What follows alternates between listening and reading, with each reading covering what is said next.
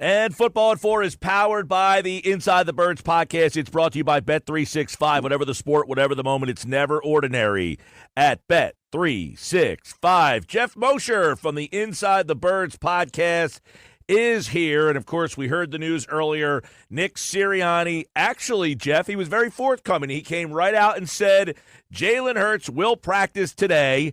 And he is on the practice field with the Philadelphia Eagles as they get ready for the Green Bay Packers. And, Jeff, just getting Hurts and this whole charade of whether he was going to play or not.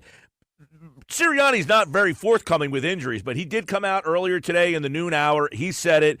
Jalen will be on the practice field today. That puts all that to rest, and now it allows the Eagles to focus and get ready for Green Bay. But having Hurts back out there is obvious a big first step for this team.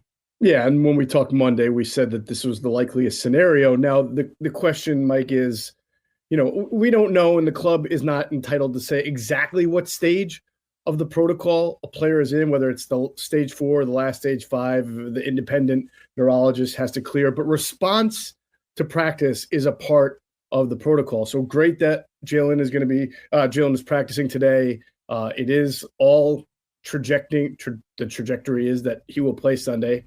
The only thing we can't know is just, does he wake up after a practice and not feel right? Guys have had setbacks before, but listen, that could be anybody. I think your overriding point is correct, that this is good news in general, and as long as there are no setbacks or anything that gets in the way, Jalen Hurts starts for the Eagles on Sunday against the Packers. Yeah, and I mean, I guess the one thing is here that he did not practice last week, but they had no intention of playing him last week. I guess we don't know that if they needed that game, would he have practiced Wednesday, Thursday, Friday last week? And the fact that they didn't need him at all, they allowed them to not even put him out there, because sometimes you will see a guy in the concussion protocol go out there with the helmet and the shorts and just kind of work out. That never happened, which led to this kind of uneasiness on whether he would play. Right, and a bunch of guys didn't practice last week. That's the funny thing. It's just that they didn't have concussions. We're talking about starters, right? Who were withheld from the game a lot. I think the whole offensive line wasn't out there. So it's just because Jalen had the concussion that made it all the more, I guess, curious as to what level or what protocol or what stage he was in. The bottom line, he didn't have to play. The Eagles were fortunate about that. A lot of starters didn't have to play. They have rest. The one question that you do have, and this was a great discussion that Quentin, Michael, and Jason Avant had on Q&A on the Inside the Birds platform, and myself, Andrew, DeCecco, and Adam talked about it. We did a roundtable Eagles playoff preview chat that's up on Inside the Birds today as well. Mike, is the rustiness of it. Sometimes that's overrated.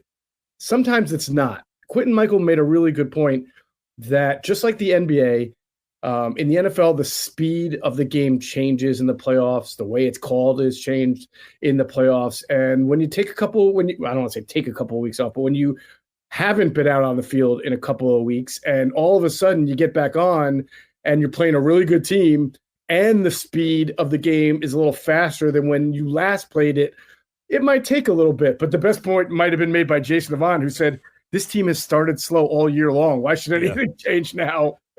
Well, and they are practicing at the link today, so maybe, and I know Nick said, well, the field's a little hard over here, but, the fact that they're in the stadium to give you a little bit even more of a game day feel. So the news today, obviously big news for the Eagles and this whole last couple days of uneasiness. Jalen Hurts back at practice today. The expectation is he will play. I guess the fuzziness will be, will Tanner McKee be the backup? Is KennyPickett healthy enough to play in the game? I know there's a lot of people listening that think McKee should be the backup anyway, but I guess that is a little cloudy because with the concussion of Jalen Hurts, the backup quarterback becomes important for this round. He gets one hit and, you're back in that concussion situation. So the backup is pretty important this week. Yeah, the backup's really important this week. Barring something crazy happening, it's KennyPickett. And listen, he already had the rib injury. He played in that game, took a shot, came out. McKee came in. McKee obviously was going to play the season finale, because Pickett's ribs were bruised, but probably would have played a lot anyway, just because it was a game that had no meaning in the standings or the seedings. And it was a great opportunity to give Tanner McKee some reps. He's earned them. He deserves them. And he will compete next year to be the number 2 quarterback. They probably want him to be the number 2 quarterback. But make no mistake, as long as Kenny Pickett's ribs aren't busted to the point where he is a different quarterback, he is the number 2 quarterback in the playoffs. There is Do you think that McKee is actually the better option? Yes. Okay. Yeah. I mean, I'm not. The better option right now, Mike, yes. I can't predict the future. I liked what I've seen from Tanner McKee. I know the organization has liked what it's seen from Tanner McKee. I think that there's some unbelievable reactions to how well he played, given that they put 20 points up on the board against a bad Giants team. It's not like he went out there and threw for 50, put 50 points on. But yeah, I agree with that. I'm not taking anything away from him. He looked good. But you traded for Kenny Pickett because he was a starter in the NFL who actually had a winning record despite his limitations and his flaws, and has played, I believe he played in the playoffs with the Steelers because they're always in the playoffs, right? He didn't fare well, but you traded for that experience, that knowledge, that know-how, not to bench him for a 6th-round pick who's played in 2 games and started 1. Yeah, listen, I'm not the biggest Pickett guy either, but I think, they ran a very vanilla offense for Tanner McKee against a team that didn't have a lot of interest in winning that game. He ran that vanilla offense pretty proficiently. You're going playoff speed. You can't run a drag to the tight end 15 times in that game. You have to show that you can, make some reads and see some pressure. And that's why, obviously Kenny Pickett, I think, would be the backup in this situation. Okay, a couple other things. By the way, real quickly, this sort of invites, I don't know if you will remember this when I say it, but when Nick Foles struggled the game after replacing Carson Wentz, and then those 2 meaningless games against Cowboys and Raiders, you remember Nate, yes. What?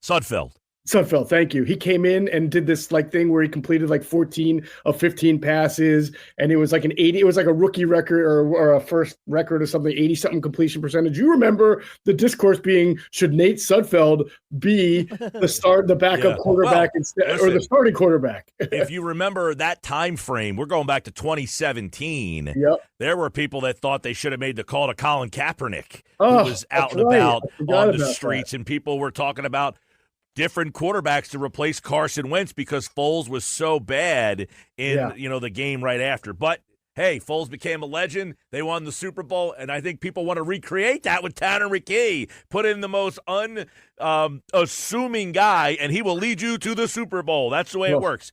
Unfortunately, I don't think there's any. If Jalen Hurts gets hurt, I don't believe there will be any recreation of Nick Foles with either Kenny Pickett and this is something we could talk about. I have some other things I want to get into, but you kind of led me into something. This NFC field, I think, is 7 deep. I mean, you can make an argument that all 7 teams have a path to get to the Super Bowl. I don't think that's the case on the AFC side. I agree with you. I mean, who's the favorite, the odds-on favorite in the Vikings game against the Rams? It's the Vikings, right? The Vikings are at L.A. Let me check real quick. I could have sworn that the Vikings were favored in that game, or maybe it's a small. But in the other one is the Commanders at the Tampa. Bucks. I think what's that? At Tampa. Yeah, one of those two is a home underdog. I'm fairly sure. Tampa Bay is -3, so they are favored, and Minnesota is favored by 1. Yes. Yeah, and you can kind of make an argument that the Commanders could take it to Tampa Bay. So, yeah. Well, listen, 3 points is usually just, hey, the home team's getting a 3-point hat tip here. These 2 teams played in the opener, by the way, just like Philadelphia and Tampa and Green Bay. Tampa blasted the Commanders in that opener. Do you know that 4 times, I talked about this with Adam yesterday, 4 times in history, teams have opened up in week 1 and then played in the first round of the playoffs. The team that won the game in week 1 has lost all 4 games. Wow, that's incredible. That's amazing. That doesn't bode well for the Eagles, but that's amazing. No, it does not. And by the way, one of those 4, 2010, the Eagles beat Green Bay in the opener and lost to them in the playoffs. So that was the game where Kevin Cobb got hurt, right? And, they won that game anyway. He got hurt. Michael Vick became the quarterback. Yeah. There you go. Yep. All right, Jeff. One thing that's not being talked about, we've talked a lot about special teams, so let's go down that road. Mm-hmm. How differently do they have to coach these games with Jake Elliott? I mean, the ball's on the 30-yard line. It's 4th and 3. 47-yard field goal. Is it a fait accompli that they run Jake Elliott out there?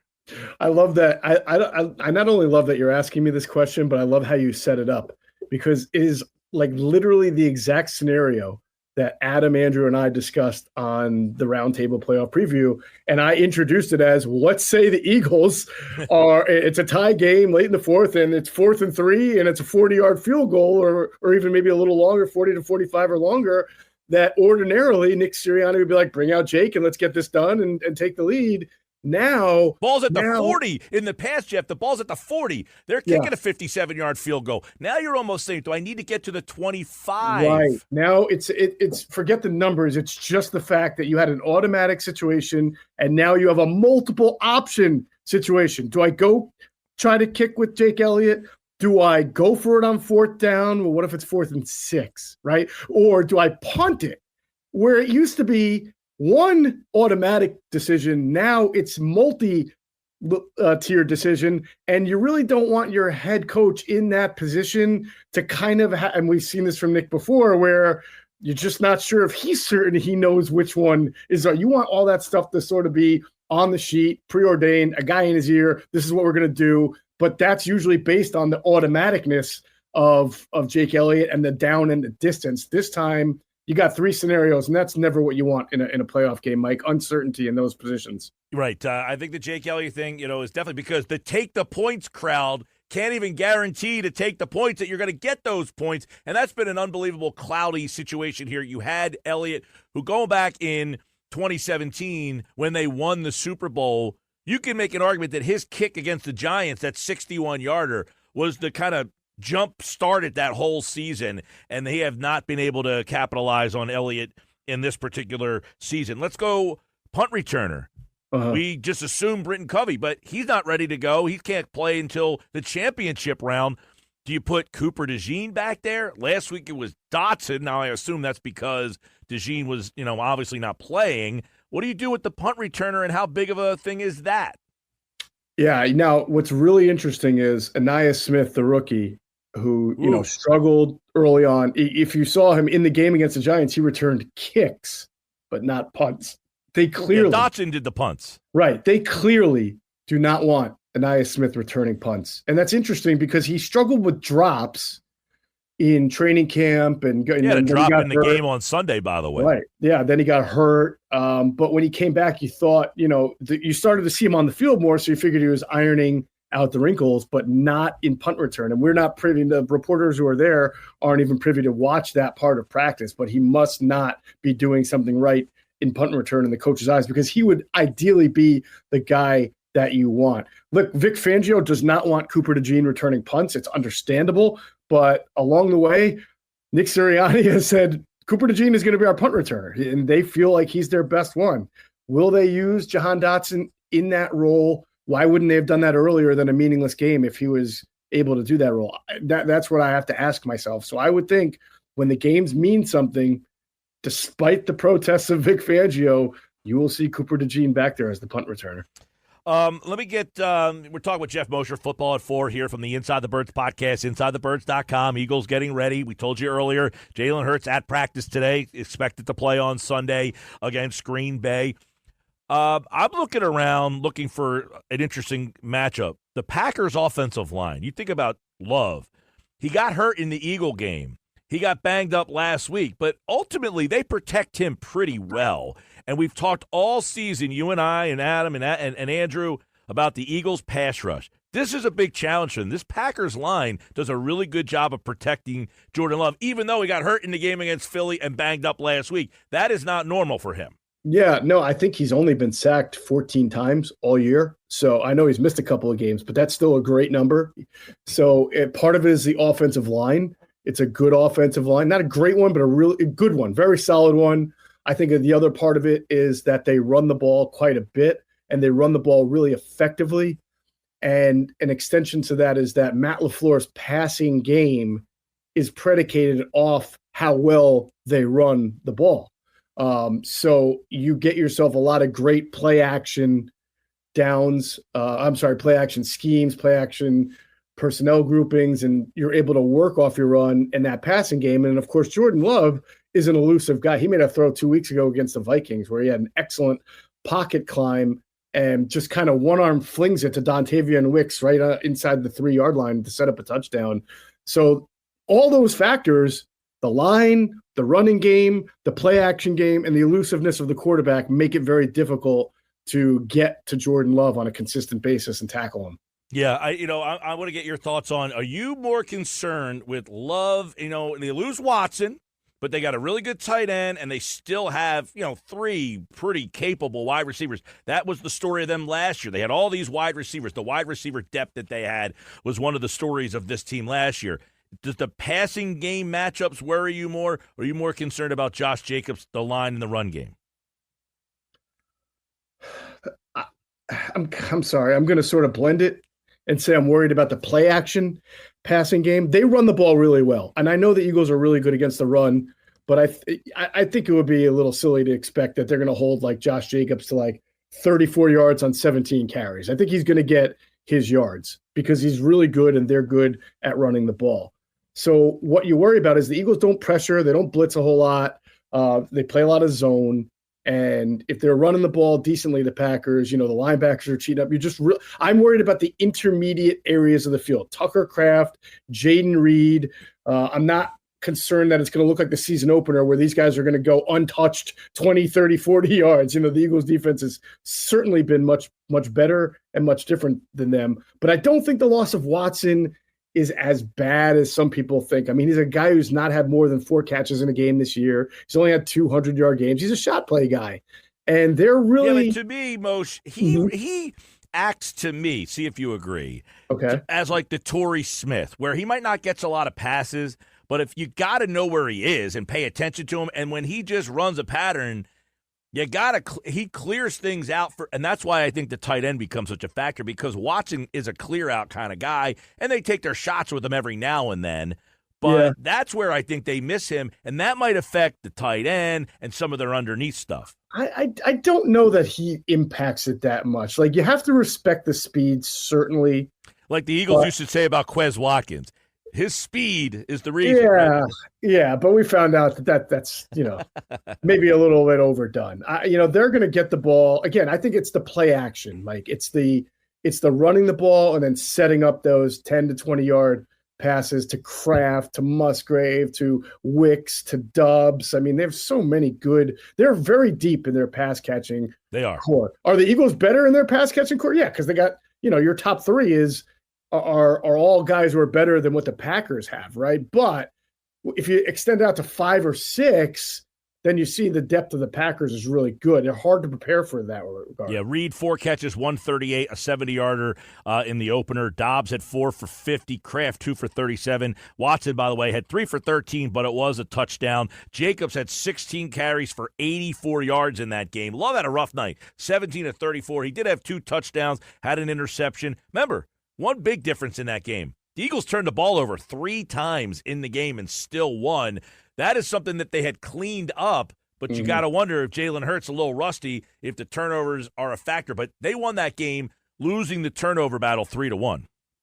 Yeah, that's rare that you can do that. They did play great red zone defense after those first 2 turnovers, if I recall. So the response to turnover was really good.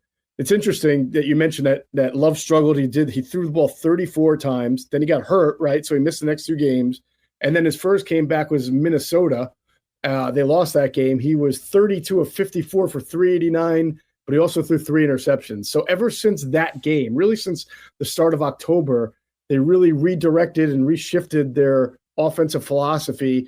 Not because I think that they didn't want Love throwing a lot, but because they started to realize the weapon they have with their run game and Josh Jacobs. And if you look at most of their games, he doesn't throw the ball more than 30 times. I mean, Minnesota 2 weeks ago was 30, New Orleans 28, Seattle 27, Detroit 20, Miami 28. You'd have to go all the way back to November 3rd against Detroit when he threw it 39 times, because I believe they were behind in that game. But even before that, 22, 33. So this is not the same Packer offensive philosophy this Sunday that they saw in the opener.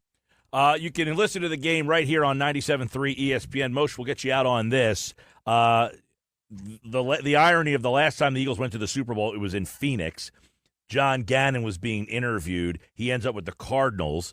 Now the Super Bowl is in New Orleans, and the Saints want to talk to Kellen Moore, and also Jacksonville, who fires Doug Peterson.